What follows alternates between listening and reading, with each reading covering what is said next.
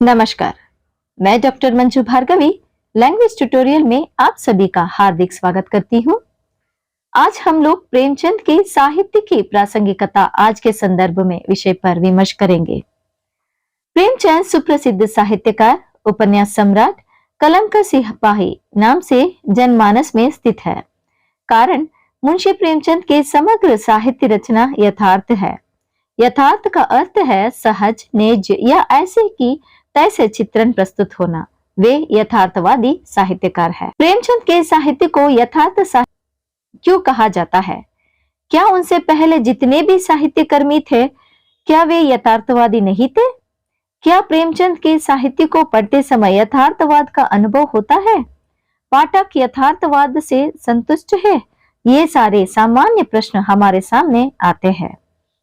हाँ, मैं इन सारे सवालों का समाधान देने का प्रयास के साथ कहना चाहती हूँ कि प्रेमचंद के साहित्य आज के समय में भी प्रासंगिक है। हमारा पहला प्रश्न, प्रेमचंद के साहित्य को यथार्थ साहित्य क्यों कहा जाता है? प्रेमचंद आधुनिक साहित्य के साहित्यकार है। प्रेमचंद साहित्य से पहले हम लोग 3 काल का दर्शन कर लेंगे। आदिकाल। आदिकाल में राजाओं से आश्रय पाने के लिए साहित्यकार उनके शौर्य पराक्रमों, साहस को उत्प्रेक्ष रूप से चित्रण करते थे। वहां अय्यारी, वीरगाथा काव्य हमारे सामने उदाहरण है। भक्तिकाल। भक्तिकाल में भगवान का पूजा पाठ भजन के रूप में साहित्य लोकार्पण हुआ करता था, पर यहाँ पर भगवान के ऊपर अंधविश्वास रखने वाले लोग भक्तों का फायदा उठाते थे, तो दूसरी तरफ नास्तिक लोग उसे अस्वीकार करते थे। रीतिकाल। रीतिकाल में ज्यादातर श्रृंगार साहित्य की रचना हुई, तो सभी पाठक गण उसे स्वीकार करने में एकजुट नहीं हो पाए। आधुनिक काल। आधुनिक काल के पाठकों में शिक्षित ज्यादा होने लगे, वे विचार विमर्श करने लगे, पाठक आलोचना टीका करने लगे, तो पाठक को एक ऐसी साहित्य की आवश्यकता पड़ी जो आम आदमी की जैसे ही चित्रित करे, उसमें उत्प्रेक्षा न हो, पात्र परिचय या चरित्र सहज होना है, हमारे साथ हो रहे समस्याओं का समाधान मिले। इन सारी आवश्यकताओं को पूरी करने में और शिक्षित समाज का निर्माण करने में प्रेमचंद साहित्य का पात्र बहुमूल्य रहा है। पर इस सिलसिले में एक मत नहीं है, वहां पर विभिन्न मत हम लोगों को स्वीकार करना ही होगा। मानो कभी भी अपना चित्रण नीच, गरीब, रूढ़िवादी के रूप में दिखाना नहीं चाहता है। इन विचारों को अलग रखकर मैं अपने विचार पर आना चाहती हूँ। प्रेमचंद साहित्य में दर्शाए गए सामान्य अंश या समस्याएं ऐसे हैं: नारी शोषण, गरीबीपन, किसान का शोषण, मजदूरों का शोषण, सूद या ब्याज लेना, अनपढ़, जमींदारी प्रथा, तानाशाही, विधवा समस्या, प्रेम विवाह की समस्या, वर्ग संघर्ष, बाल विवाह, अंतरजातीय विवाह, अनमेल विवाह जैसी समस्याएं हमारे सामने दिखते हैं।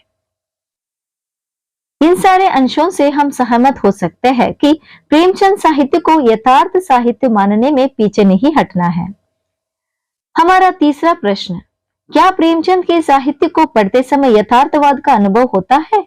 हाँ, प्रेमचंद के साहित्य में चित्रित सभी समस्याएं सहज है। वे अपने साहित्य के पात्रों को सृष्टि नहीं करते हैं, बल्कि हमारे बीच में हुई पात्रों को जीव प्रदान करते हैं और उन जीवित पात्रों द्वारा ही वे उनके जीवन में घटित घटनाओं को आधार बनाकर पाठकों के सामने प्रस्तुत करते हैं।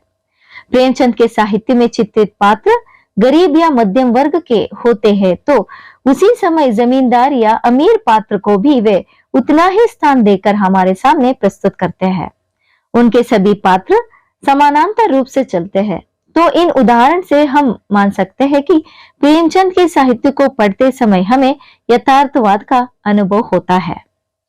हमारा अगला प्रश्न है कि क्या पाठक यथार्थवाद से संतुष्ट है? जी, हम सभी को यथार्थवादी होना जितना आवश्यक है, उतना ही आवश्यकता उसे स्वीकार करने में है। कारण अगर हम लोग झूठ से जुड़े हुए हैं, तो एक सामने आते ही हमारा भांडा फूट जाता है, तो उस समय तक इंतजार करने से पहले हम लोगों को सहज होना चाहिए। इन सारी समस्याओं को केंद्र बनाकर प्रेमचंद अपने साहित्य की रचना करते हैं। ये सारी समस्याएं सदियों से चलती आ रही पीड़ा के समान हम लोग उसे झेल रहे हैं।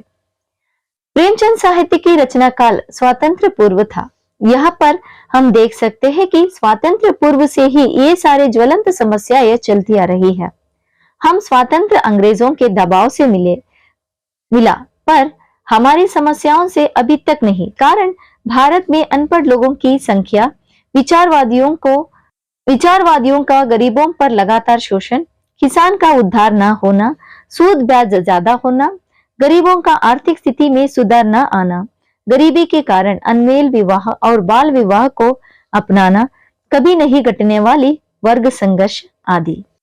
हमारे कुछ नेताओं के कूटनीति के कारण समाज का सुधार नहीं हो रहा है। प्रेमचंद साहित्य की विशेषताएं ऐसे है। यथार्थ रचना, समाज में सदियों से जकड़े हुए रूढ़ी संप्रदायों का चित्रण, साहित्य व्यक्ति प्रदान न होते हुए समस्या प्रदान साहित्य रहा है। प्रेमचंद साहित्य संबंधित प्रश्न, उसके समाधान का प्रयास, साहित्य की समस्याएं, उसका अभी तक अस्तित्व में होने का उदाहरण, साहित्य की विशेषताएं। अन्य अंशों से हम कह सकते हैं कि प्रेमचंद साहित्य की प्रासंगिकता अभी भी है। प्रासंगिकता के मत में तो कई सारे ऐसे विभिन्न मत है जो हमें मार्ग से हटाने का प्रयास करता है, पर हम लोगों का प्रेमचंद साहित्य के पात्रों जैसे सहज होकर सरल दृष्टि में आगे बढ़ना है। मुझे अपने विचार व्यक्त करने में, विशेषतः प्रेमचंद जी के बारे में विचार व्यक्त करने में सुअवसर प्राप्त हुआ है। मैं अपने आप को कृतज्ञ समझती हूँ। धन्यवाद।